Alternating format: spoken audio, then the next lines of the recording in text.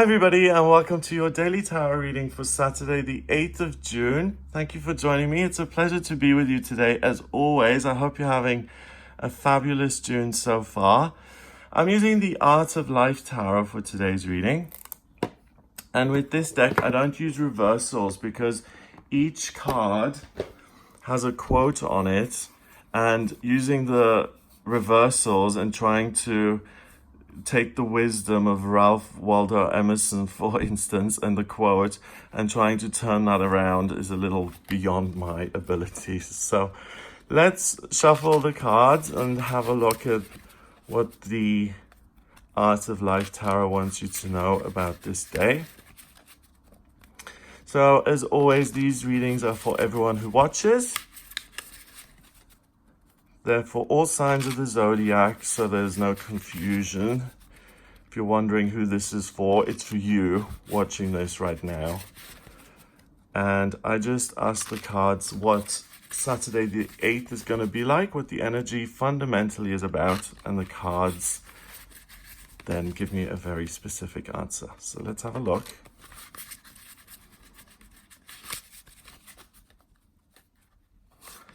The Page of Swords, the Queen of Cups, and the Four of Wands. So we have air, water, and fire. So we have a nice mix of elements. What's missing? Earth. Earth is about structure and sometimes being stuck and things feeling heavy. So that's not here today, which is just as important as looking at what is here. So I think it's going to have a quick energy this day. There's going to be a lot going on here. And we've got a lot of youthful images here. So high energy, high vibration, authenticity, really being genuine and being in touch with your inner child and seeing the inner child in other people and the beauty in other people. So the Page of Swords is someone who's learning how to read and write. It's Paul Writing by Camille Pizarro. And that's what the Page of Swords is. He's learning how to communicate. He's learning how to express himself. Often the Page of Swords is represented as a knight flying into a situation, being really rash and reckless. And that's the Knight of Swords. The Page of Swords is, a young boy with a sword standing in the middle of nowhere and not really knowing what to do. But I mentioned the Knight for a reason, because if you don't have all the information, it's really easy to jump to conclusions or to rush into something that really doesn't concern you, or to express an opinion that then is going to haunt you and come back to bite you. So the Page of Swords and the Knight of Swords are not wise when it comes to what they're putting out there. And by the time you get to the King of Swords and you've mastered the element of air and communication, you realize that your words have consequences, and the things that you say affect other people, and the things that you express, you're going to be held accountable for. So it's about growing up. When the student is ready, the master will appear. That's a Buddhist proverb. So it's about understanding new information, and it says that you're vibrating at a frequency today where you're teachable. You've dropped all of the facades, all of the masks, and you're in a place where you just say, I'm a normal person, I know what I know, I'm aware that I don't know everything there is to know, but I'm willing to learn. And I'm willing to improve and to make this life the best life I can live. And maybe I don't have all the answers. Maybe there is someone or something out there that's wiser than myself, and maybe I ought to listen to that. The Queen of Cups is a woman who usually holds this beautiful trophy, and It's a cup that has been nurtured and supported so that it gleams and it shines. And the Queen of Cups is someone who can help others thrive through her support, through her healing nature, through her care and love. It's often associated with Reiki healing and nursing, because the Queen of Cups is the feminine energy that you want when you're in pain, the shoulder that you want to cry on, the woman who says, there, everything's going to be okay. I'm there for you. I hold you. I'm your safety net. Everything is going to work out all right. And if it doesn't, I'm going to be there for you, and I'm going to protect you and keep you safe. Blessed is the influence of one true loving human soul on another. Isn't that beautiful? So, being humble in a sense that you realize that you're not the master of the universe and that there are things that you still need to learn, that immediately opens you, spitting on the cards, that opens you to your true inner child, and it kind of opens a window to your soul because you recognize something about yourself. And when you're in that place, you have access to your inner child, to your own genuine nature and your own authenticity. And when you ask that inner state a question, what should I be doing with my life? Is it the right time to move? What is my vocational strength? Am I on the right track? When you're in that humble, small, quiet space in your mind, that's when you really get the answers from the higher self. And when you get in touch with a higher energy, it will nurture you the way the Queen of Cups does, and it will give you information that's going to have a loving, beautiful impact on your life. And if you meet another person, it's a meeting of soulmates. It's someone who's going to support you and someone who you can support as well. Someone who's totally on your wavelength, someone who's an equal.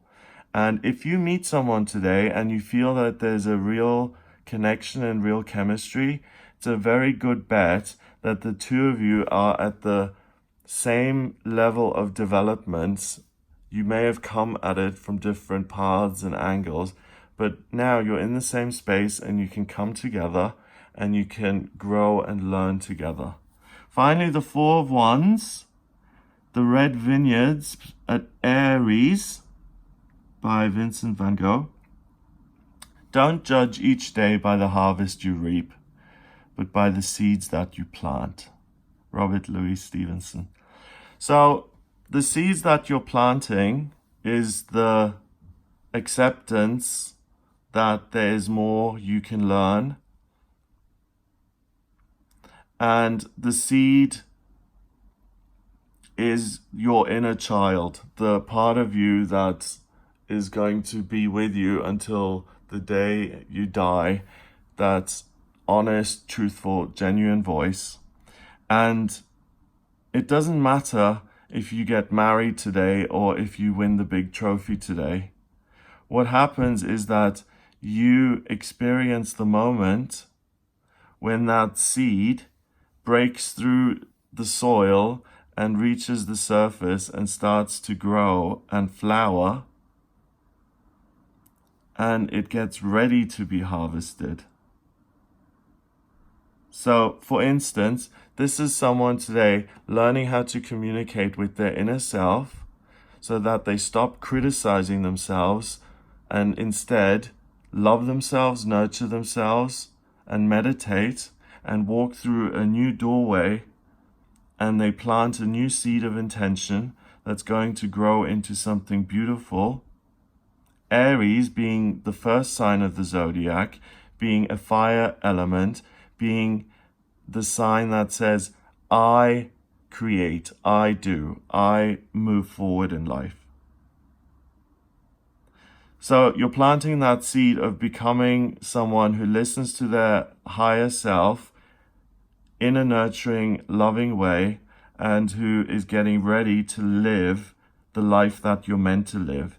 If you meet another person today, you're planting a seed of a relationship that's going to grow as you spend more time together, and then the marriage may happen in a year or two. If you find an activity that you absolutely love today, if you discover that you really like sitting down and seeing the blank page and you enjoy writing, and that it makes you feel like you're taking care of your spirit by giving yourself a voice to express what's inside of you, then you're planting a seed, the first page of what's going to be a novel that's going to be published, and that will be successful and influence the culture and really show us and give us a glimpse into your imagination and into who you are. So it's a wonderful day for birth, for new beginnings, to receive information, to be teachable, to get in touch with the true, authentic you, to try again, to choose again. If you're 15 or 80, it doesn't matter. This is a day where you can draw a line under what's happened and you say, I'm going to plant this new seed of intention and I'm going to watch it grow over the next couple of weeks and months. And this is the path I'm walking because I feel that it's the most nurturing and loving thing that I can do for myself. It's something that allows me to learn and to become more informed. And it's a doorway that's going to lead me into a part of my life that is more exciting, more passionate, and more fulfilling. 4 and a chord card, which is 1, is 5, and another chord card is 6. 6 is a temporary opportunity, a window that opens. So you have this opportunity to plant seeds of intention. It's almost like a new moon here this day. And to start a new chapter, a new path in your life that's going to be much more exciting and that's going to fit you like a glove, rather than living someone else's life or doing things that you've been told to do. This is something that's authentically and that's all yours. So that's what I get for the day. If you would like a personal reading with me, please get in touch via my website. It's gregoryscott.com. Click on the readings tab to order your reading. I use the tarot, astrology, and numerology in my personal readings. So if you would like me to have a look at your chart, to have a look at your vocational aptitudes, your life mission, your life purpose, or if you have questions for me, then get in touch via the website gregoryscott.com. Have a beautiful day, and I'll speak to you tomorrow.